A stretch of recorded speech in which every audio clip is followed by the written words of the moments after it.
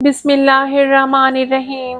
حضرت صدقہ بن سلیمان جعفری رحمۃ اللہ علیہ فرماتے ہیں، میری جوانی کے دن تھے، نیکیوں سے دوری اور گناہوں سے نزدیکی تھی۔ اسی دوران میرے والد صاحب کا انتقال ہو گیا، جس کے سبب میرے دل کی حالت بدل گئی۔ میں نے اپنے گناہوں سے توبہ کی اور نیکیوں میں مصروف ہو گیا۔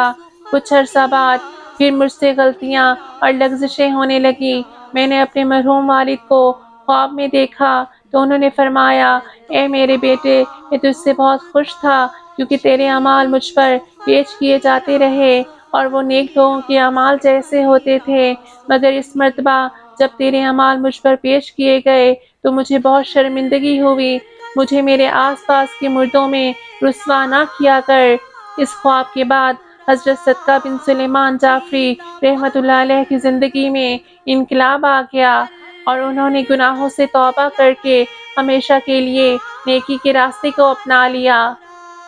ہمیں بھی ایسی زندگی گزارنی چاہیے کہ نہ زندہ لوگوں کو ہم سے کسی قسم کی تکلیف پہنچے اور نہ ہی مردوں کو۔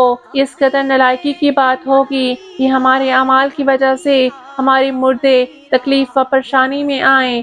جو واقعہ میں نے بیان کیا ہے وہ ہمیں اس بات کا پتہ دے رہا ہے کہ اولاد کی نیکیاں والدین کو قبر میں خوش کرتی ہیں، وہیں ہمیں یہ بھی بتا رہا ہے کہ اولاد کے گناہوں کی وجہ سے مرحوم والدین قبر میں تکلیف اور پریشانی کا شکار ہوتے ہیں۔ بلکہ احادیث طیبہ میں والدین کے ساتھ ساتھ دیگر مرحومین رشتہ داروں کا بھی تذکرہ ملتا ہے کہ ہم زندوں کے برے اعمال ان کی بھی رنجیدگی کا سبب بنتے ہیں۔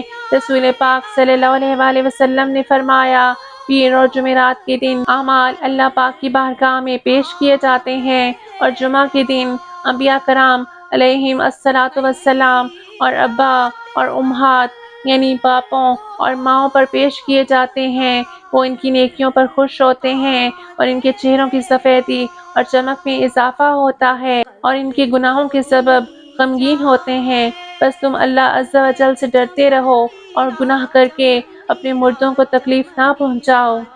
تم اپنے برے اعمال کے ذریعے اپنے مردوں کو تکلیف نہ پہنچاؤ کہ انہیں تمہارے فوت شدہ قریبی رشتہ داروں پر بھی پیش کیا جاتا ہے۔ اسی وجہ سے اس صحابی رسول صلی اللہ علیہ وآلہ وسلم حضرت سیدنا ابو درداء رضی اللہ عنہ اپنے ماموں حضرت سیدنا عبداللہ بن رواحہ رضی اللہ عنہ کی شہادت کے بعد اس طرح دعا کیا کرتے تھے، اے اللہ، میں ایسے عمل سے تیری پناہ مانگتا ہوں جس وجہ سے میرے ماموں حضرت عبداللہ بن رواحہ رضی اللہ عنہ کو رسوا ہونا پڑے۔ جبکہ امام غزالی رحمۃ اللہ علیہ ارشاد فرماتے ہیں کہ آپ رضی اللہ عنہ یوں دعا کیا کرتے تھے، اے اللہ، میں ایسے ہر کام کو کرنے سے تیری پناہ مانگتا ہوں جس کی وجہ سے حضرت عبداللہ بن رواحہ رضی اللہ عنہ کے پاس مجھے رسوا ہونا پڑے۔ حضرت سعید بن جبیر رحمۃ اللہ علیہ نے حضرت عثمان بن عبداللہ بن اوس رحمۃ اللہ علیہ کو ان کی زوجہ کے متعلق نصیحت کرتے ہوئے فرمایا، اے عثمان، اس کے ساتھ بھلائی کیا کرو کیونکہ اس کے ساتھ تمہارا جو بھی برتاؤ ہوگا وہ تمہارے سسر حضرت عمر بن اوس رحمۃ اللہ علیہ کو پہنچے گا۔ میں نے پوچھا، کیا زندوں کی خبریں مردوں کو پہنچتی ہیں؟ فرمایا، ہاں، ہر رشتے والے کے پاس اس کے رشتہ داروں کی خبر پہنچتی ہے۔ اگر اچھی ہو تو وہ اس سے بہت خوش ہوتے ہیں اور اگر بری ہو تو وہ مایوس و غمگین ہوتے ہیں۔ جب ابراہیم بن صالح بن علی بن عبداللہ بن عباس ہاشمی فلسطین کی حکمران تھے تو اس وقت انہیں تابع طبی بزرگ حضرت سیدنا عباد الخواص رحمۃ اللہ علیہ نے نصیحت کرتے ہوئے ارشاد فرمایا، مجھے یہ بات پہنچی ہے کہ زندوں کے اعمال ان کے فوت شدہ رشتہ داروں پر پیش کیے جاتے ہیں، لہٰذا تم غور کر لو کہ اللہ کے رسول صلی اللہ علیہ وآلہ وسلم کی بارگاہ میں تمہارے کس طرح کے اعمال پیش کیے جاتے ہیں۔ یہ سن کر ابراہیم بن صالح اتنا روئے کہ ان کی داڑھی آنسوؤں سے تر ہو گئی۔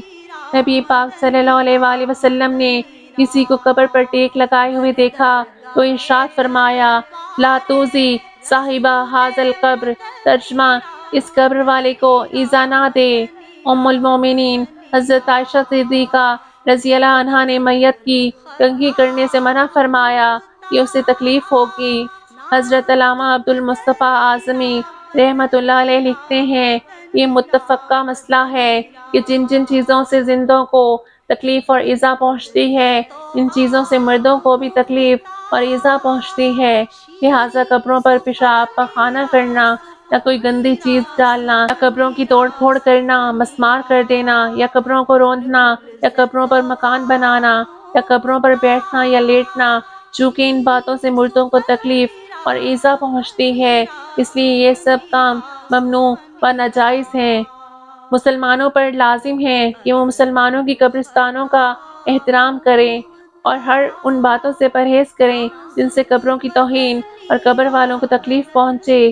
یوں ہی میت کو سرد خانے میں نہ رکھا جائے کہ اس سے تکلیف ہوتی ہے۔ اپنی زندگی کو ایسے نکھاریے کہ آپ کے کسی بھی قول و فعل کی وجہ سے نہ زندہ لوگ تکلیف اور پریشانی کا شکار ہوں اور نہ ہی مردوں کو تکلیف، پریشانی اور پشیمانی کا سامنا کرنا پڑے۔ علماء فرماتے ہیں، مسلمان زندہ و مردہ کی عزت برابر ہے، انہیں تکلیف دینا حرام ہے۔ اللہ پاک ہمیں عمل کی سعادت نصیب فرمائے اور اللہ پاک تمام مسلمانوں کے لیے رحمت کی در کھول دے، آمین۔